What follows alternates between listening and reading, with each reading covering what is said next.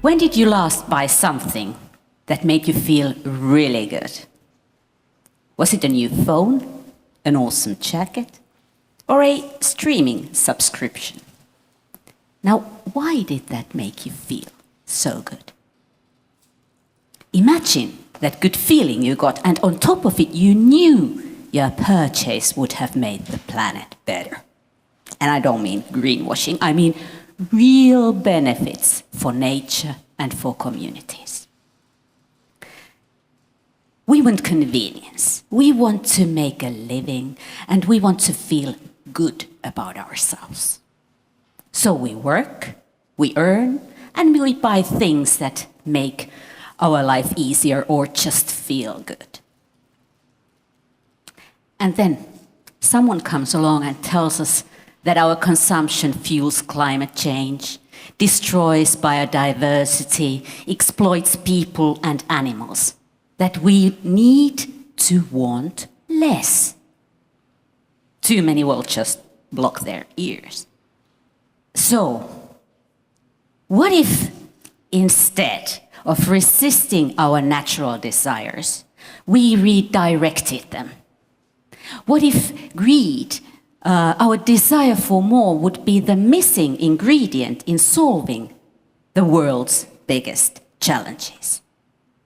I think it's fair to say that adding more knowledge about climate change hasn't taken us far enough, nor appealing to goodwill or asking for people to consume less. Because we don't just want to survive, we want to succeed in our own ways. We want to take care of our loved ones and feel safe and hold on to what we've achieved. Businesses too want to grow, to thrive, to succeed. So what if we used our ambitions, this so-called greed and selfishness, and use it to benefit nature, communities and businesses alike? When people see real ways how to make a difference, not just for the nature but for themselves, then doing good becomes rewarding, and apathy can turn to action. Take lawns, for example. Why do we have these monoculture, dull grass yards? We have them because they've been a status symbol for centuries. In the 16th and 17th century, France and England, the aristocrats carefully trimmed their lawns to show they could afford the land and the labor to maintain them. At a time when most people had to use every patch of land to grow food or raise livestock, a trimmed lawn was a sign of wealth and power. And as we in the Western countries became wealthier, we adopted this trend. And now we don't even think why we prefer them. So what if we valued yards full of nature? Let me show you an example. Here's a picture from above, from a suburb in Helsinki, Finland. There's a greener spot there. There lives a nature-loving lady who has turned her yard to more a small forest than a typical suburban yard. There are 46 different tree species, over 300 plant species, and bird song fills the air. But there's no lawn. So what about if we valued yards, spaces around us, full of nature? What if a yard full of nature would be the new status symbol? So greed isn't the problem. The problem is what we value. If success means more nature, then more nature is what we want. But changing is not about nature, it's about understanding people, human nature. So how can we shift and speed up this shift when people may want improvements but do not want to lose the old? So let me share you a personal story. As a chemist, I was used to convincing people with logic, efficiency, and data. And I thought that was enough. But soon after moving to work in human resources in a 100-year-old company, I proposed outsourcing that company's own health services. The case was strong. Better services for the employees, lower costs for the company. But the people, the employees, didn't see it that way. While presenting my plan in a big auditorium, one man stood up, slammed his fist on the table and shouted, "Tell us what benefits there are for us." I had forgotten something essential: their pride. They had built that system years ago, and by not involving them making the plan, I didn't hear that.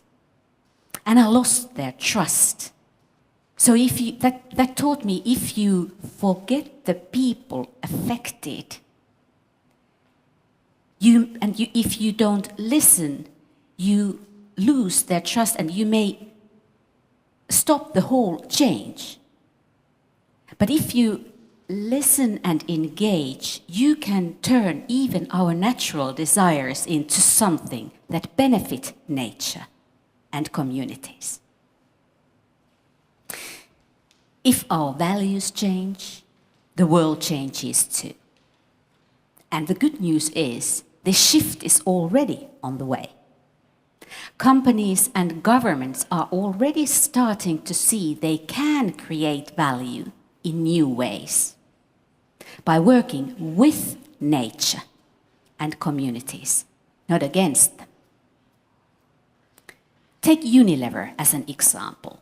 Instead of assuming their customer needs in India, they sent their employees to live in rural areas for 6 weeks, which meant that they developed a water-saving hygiene product that not only saved lives, but also became a successful business idea. But some companies aim higher than sustainability, because sustainability is only sustaining. They aim to restore, regenerate, repair. They look at their full impact of their actions to climate, nature, and for communities, and they are open about them. They see thriving nature as an asset class, just like infrastructure or human capital. A sneaker brand called Veja uses Amazonian rubber in their sneakers, which means that the locals protect the forest instead of cutting them down for cattle ranching. So these companies who aim for regeneration, you can see them in industries that rely directly on nature, in agriculture, in fashion, in tourism, even in city planning. These companies are restoring ecosystems while creating value. So organizations are already competing not only on cost, price, and quality, or even minimizing harm, but on how much they can give back to planet. And that's where hope begins. So how can we speed up this shift and spread it?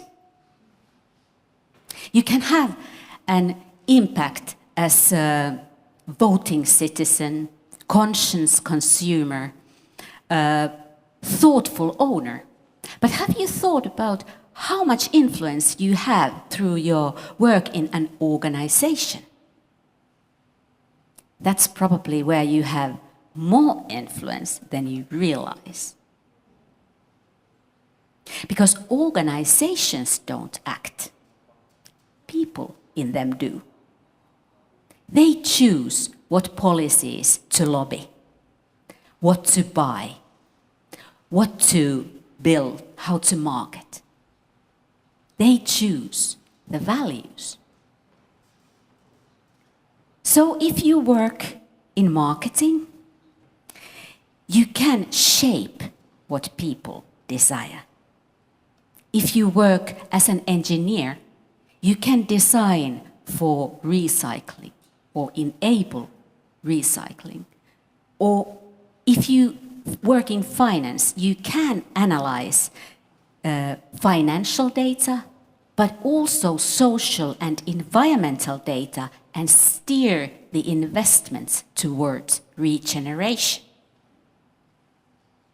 Whatever your role, and especially as a leader, ask yourself, how does my work impact people, nature, and climate?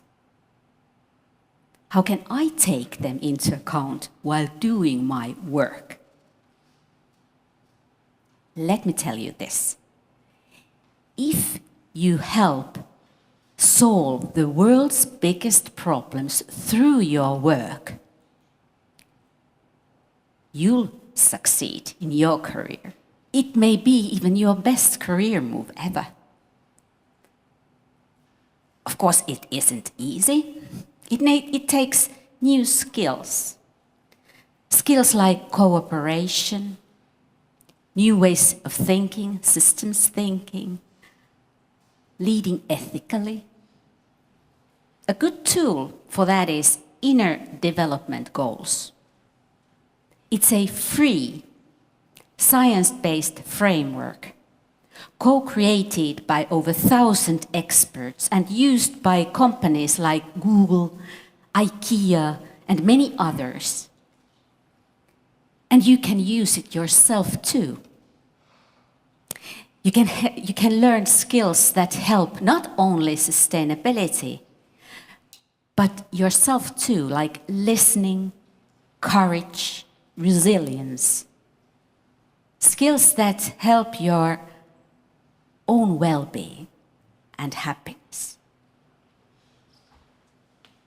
So to wrap up, we've seen greed, selfishness, and apathy as the enemy. But apathy isn't the enemy, it's hopelessness. And greed or selfishness, they aren't the enemy or the problem either. It's what we choose to value. What if sustainability meant success, happiness, and joy for people, planet, and for you?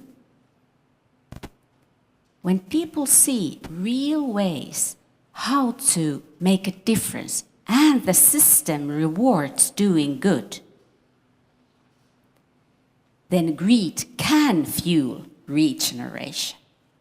Selfishness can strengthen communities, and apathy can turn into action. And that's when young people see hope, older generations feel valued, and professionals like you and me find meaning in our work.